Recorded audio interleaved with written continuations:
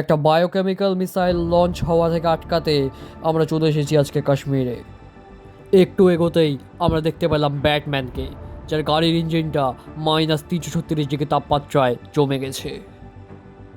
ব্যাটম্যানকে lift না দিয়ে নির্লজ্জের মতো এগিয়ে আসতেই আমাদের নজরে পড়ে এক বিশেষ ধরনের জন্তু, যার নাম ছাগস ফাকাস। রাস্তার চারিদিকে গজিয়ে ওঠা মিউট্যান্ট গাছগুলোকে দেখতে পেয়ে আমরা বুঝতে পারলাম আমরা শত্রুপক্ষের এরিয়ায় ঢুকে পড়েছি। কিছুক্ষণ পর হঠাৎই আমাদের নজরে পড়লো একটা বাংলাদেশি সেনাবাহিনীর ট্যাঙ্ক, যারা নাকি কলকাতা দখল করতে এসেছিল। তারা আমাদের রাস্তা আটকে দাঁড়িয়ে আছে। হেলিকপ্টার থেকে নামতেই এই লেখাটা চোখে পড়ায় আমি বুঝে গেলাম আমি কাশ্মীরের জায়গায় বাংলায় ঢুকে পড়েছি। একটু পরে আমাদের নজরে পড়লো বৃহদাকৃতির দুটো 4 পেয়ে সাদা মিউটেন্ট খরগোশ। এই ফলকটা পরে আমি জানতে পারি পাড়া সব থেকে পাকা ছেলেটা বেশি বাদরামো করলে তাকে ড্রেনে ফেলে দিতে হয়। পরে আমরা দেখতে পাবো একটা নতুন ধরনের বম, যা নাকি চকলেট ফ্লেভারের আইসক্রিমের মতো দেখতে।